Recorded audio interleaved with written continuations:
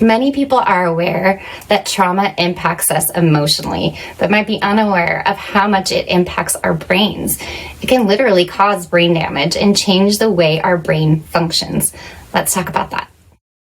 Have you ever wondered, can trauma and PTSD actually cause literal brain damage? The answer, in short, is yes. Neuropathologists have seen overlapping effects of physical and emotional trauma upon the brain. According to recent studies, trauma and PTSD cause both physical and emotional or brain damage. However, emotional trauma to the brain is not the same as a traumatic brain injury. A TBI usually involves a physical injury that causes long-lasting or permanent damage to the brain.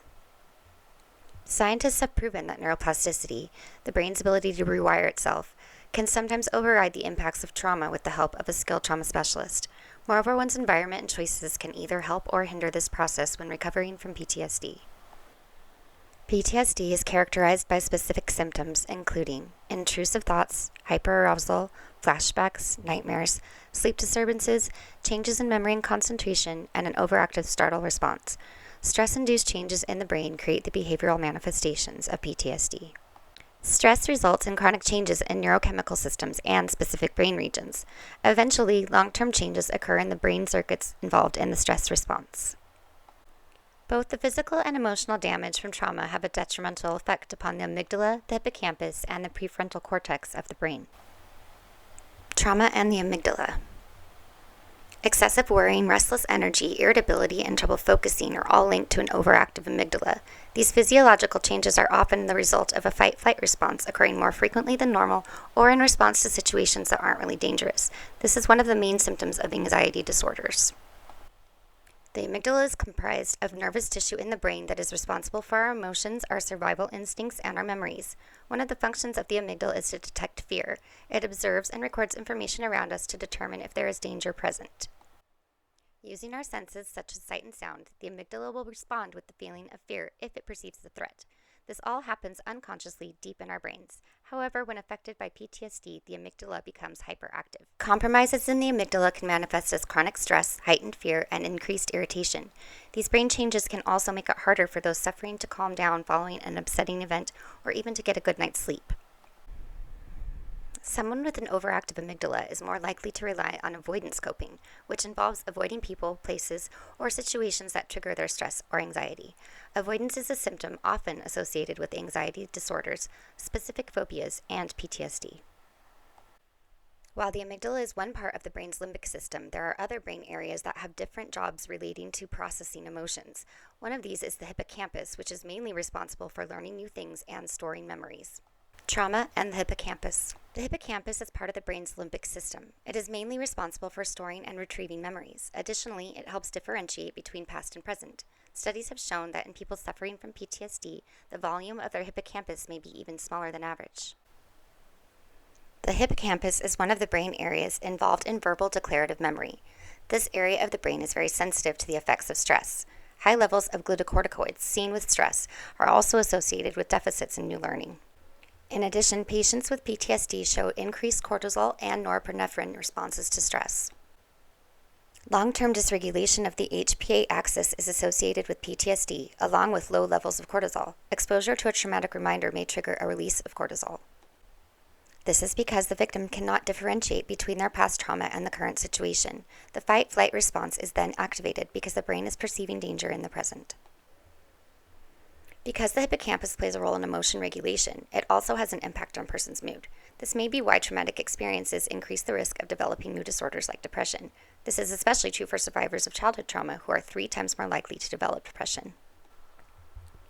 The hippocampus also helps manage stress. Research has shown that trauma survivors are more likely to report struggling with chronic stress. They may also have higher baseline levels of stress than most. Having a lower stress tolerance makes a person more easily upset or overwhelmed, even when faced with minor issues and problems.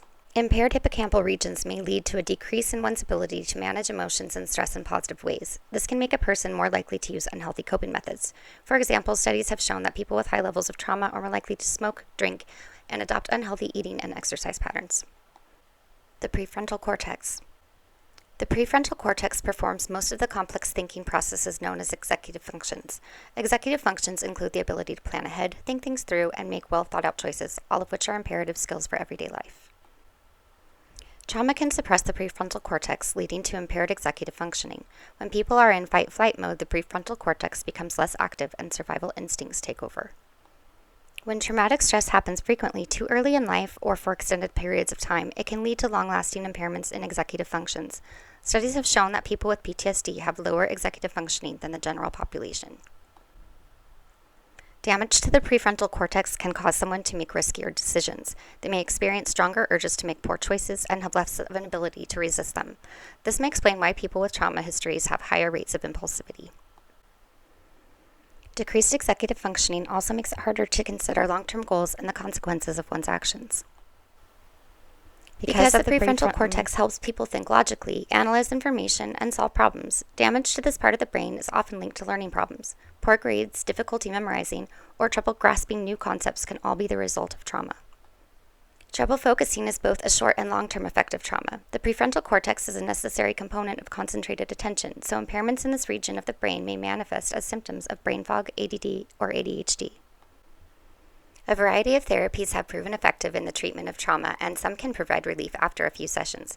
These trauma-informed therapies include EMDR or MEMI, cognitive processing therapy or CBT, prolonged exposure therapy, and movement practice.